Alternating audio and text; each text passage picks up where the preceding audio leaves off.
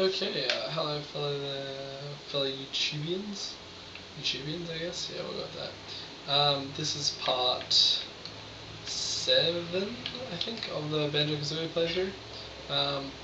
Here pretty much just to clean up the rest of Clanker's Cavern. I think we pretty much covered everything major the last game playthrough, where we just essentially got over my fear of giant metal sharks.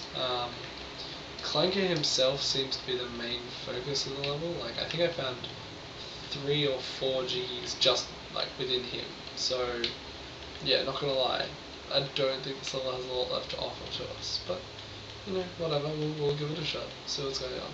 There might be other interesting stuff hiding that we don't know about. And I don't think that will ever stop scaring me. Okay, blowhole. Oh. Ooh, grunty switch. Grunty switches are always good. You knew that to be on somewhere. The eyes popped out here. And there's a Jiggy in this hallway as well. Go! I must admit the level design isn't actually that bad. I mean, the whole point of this level is that Clanker is essentially Grunty's garbage disposal, and yeah, I can see that happening. Giant spinning blades, all that sort of stuff, makes perfect sense. Although I can't help but wonder where this leads to. Okay, back onto the flat platform. Yeah, it's pretty cool, I guess. There's nothing wrong with that, really. So, guess we'll just take our leave. Essentially once you get past the whole, this is Clanker, this is, you know, everything inside Clanker, the rest of the level, I'll show you in a second, basically comprises of tunnels that are around the surface of this giant room that he's floating in. So if we dive down, ignoring those notes, yeah, you can see like on the walls here, there's all these tunnels. Basically you just explore these and you know, hopefully there'll be some stuff in there that's pretty cool.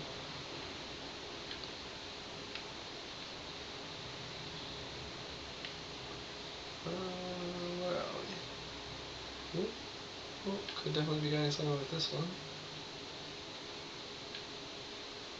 No, completely blank. Alright, awesome. Come to think of it, there may have been a Mumbo token in there that I have collected. It's entirely possible. Yeah, you guys probably figured it out by now, seeing as there seems to be subtle differences between levels, like between the end of one video and the start of another. But essentially I do what I like to think of as research in between videos. So not so much like finding jiggies. I try not to do that because it's more fun if we find them together. But just like, you know, I'll run around a level. You know, if I've given a video a decent playthrough, I've got say 40 or so notes. I'll run around till it's say 60 or so, just so that I've sort of got, you know, again, it's to save me having to go back later on and collect a bunch of notes.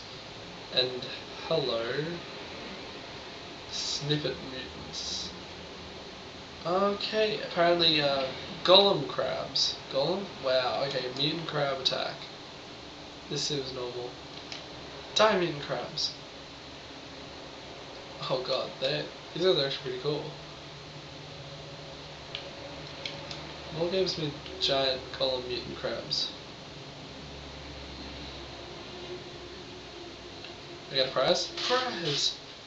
Makes it all worth it, really, doesn't it? Now, how do I get to it? Problem with rooms like this is you have absolutely no depth perception. How do I, how much do the lights keep going sort of on and off? That's also really frustrating. I'll try getting on this thing and then maybe jumping across. Oh. Yes, made it. Okay, cool. Jigsaw. So how many is that for Clanker now? 7. Okay, that's pretty good. Yeah, we're sort of drawing to the point where I'm almost considering moving on. Alright, we'll give these tunnels another chance. We'll scout around a little bit more and see what's going on here. Because there are quite a few of them, as you can see. They're sort of all around the place. And you know, let it never be said that I don't do things properly. The fact that I'm even here in this level is proof of that. You know, you take something highly traumatic from someone's childhood, tell them to go back and relive it, and they say no. You know, but for you guys, for you internet anonymous watchers, I will do it. Oh, Ginger. Okay, that tunnel a little bit pointless. I mean, need some air. That's the only problem about this whole exploring underwater thing is that you're constantly coming up for air. Again, aquatic levels have never been my favourite. I remember in Mario 64 there's one with a giant eel. Pretty much exactly the same territory as a Clanker level, where it's just scary and does not need to be relived. Okay, well, I'm not gonna lie, 7 jiggies down, really have no idea where to even look for more. Thinking we might have to get out of here, folks. I'm not sure any of you have a problem with that, really. So let's see. I guess the main focus for the rest of the video, we can go back and see about that grunty switch activated that made our eyes boggle. Something tells me I'm going to have to ground slam them back into shape. And also we'll go and revisit the giant hermit crab, who I told you that we needed the golden wing things to defeat. How many of those feathers do I have? 3. 3 should be enough. Actually I might want to get some more. But yeah, no, this is definitely going to work out. Alright. Before we leave, I will quickly grab the feathers that end at the either end of these pipes.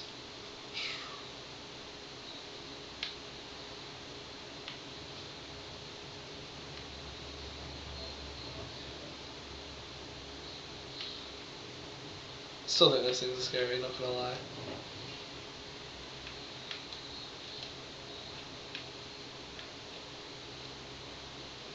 Okay, well, that's all good. Okay, let's get out of here.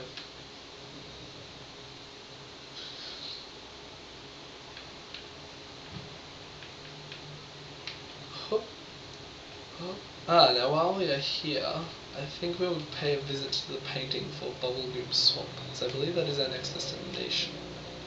Hop. Hop.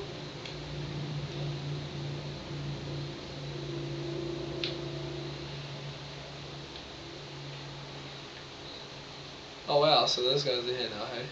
I just noticed that.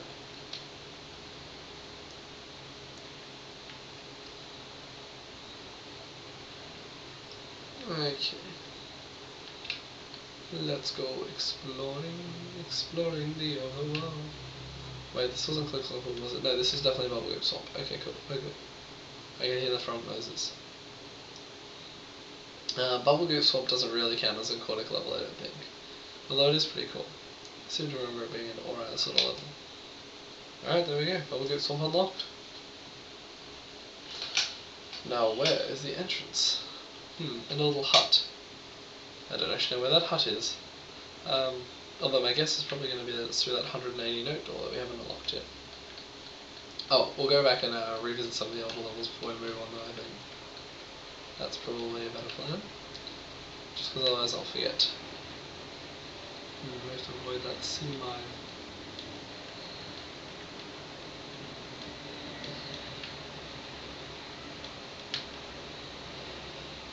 And I think that is just one of the worst rhyming poems I've seen so far, Grunty. You really, I think you're losing your touch.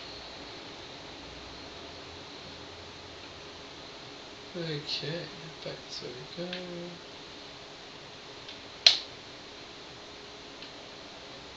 Okay, so, eyes.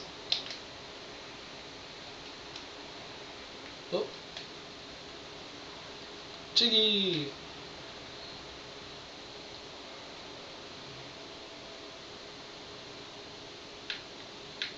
Okay, awesome. And, whoa, it's okay. And now we just need to go and... right, sorry, should goes this way. Even, see, like, that's the cool thing about this game, is the hub world is so big and interesting that you sort of forget where everything is. And I mean, in this game it's just a layer. In the next game, each hub world, overworld has like its own... Like, the overworld is pretty much the biggest level. It's not just like a crappy, oh yeah, just walk between levels. There's actually stuff to find in it as well, which is really awesome. So the more I play Banjo Kazooie, the more I realise that, you know, as awesome as this game is, Banjo Kazooie has so much stuff that it's probably worth giving a playthrough as well. If it's worth playing this all the way through, then it's worth playing Banjo Kazooie, no question about it. Okay, so it's time to give Nipper his comeuppance.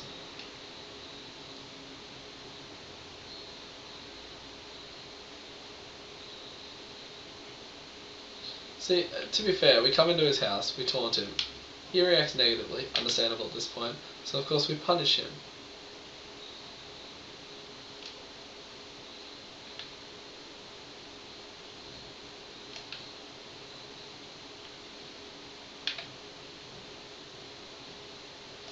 Haha, take that, Nipper. I had just enough feathers to pull it off. And now we run into a shell. Yeah, perfect sense. And of course, Nipper himself, nowhere to be found. Within the shell, that is. Yeah, he just retreated in here, but don't think he's actually in here. That would make too much sense for this game. Yeah, just spiraling, spiraling. It's pretty cool. There's apparently eggs in here. There's actually several smaller crabs living within Nipper's shell. Again, perfect sense. And yeah, most importantly of all, there is a Jiggy. Whoop. So that will make it 10 Jiggies for Treasure Cove. Yay, that's all of them. So it means Banjo does a little silly dance and a bow. We're getting all 10 in the level.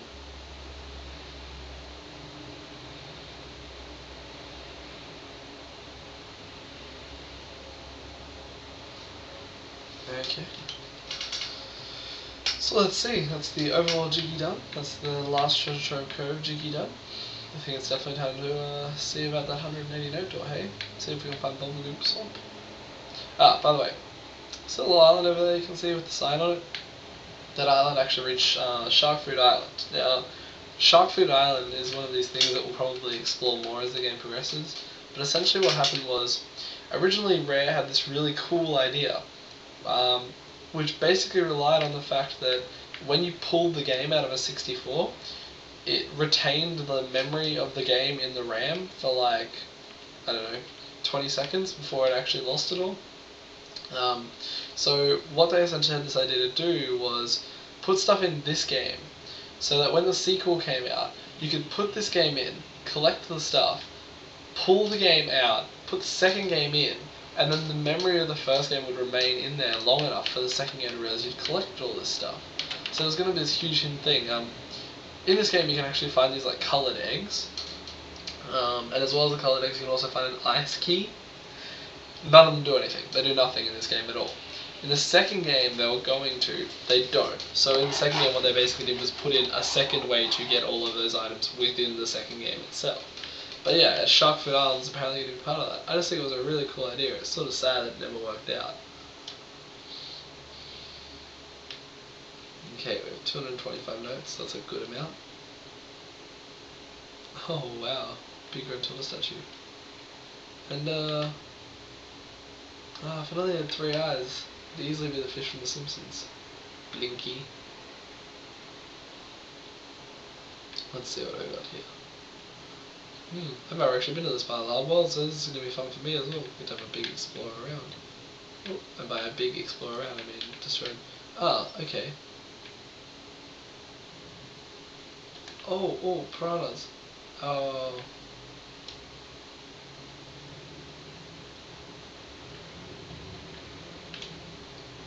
Oh god, I'm getting destroyed by these piranhas. Whoop, there we go. Alright, so, yeah, water bad.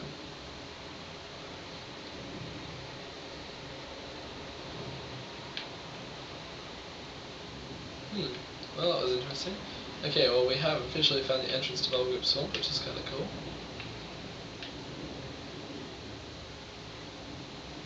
And there's actually a thing over there, but I don't really want to...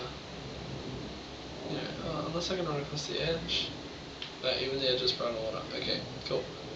Won't be coming back here for a while then, guys. Oh, we will be to go to Bubblegloop Swamp, but not actually in the hub world.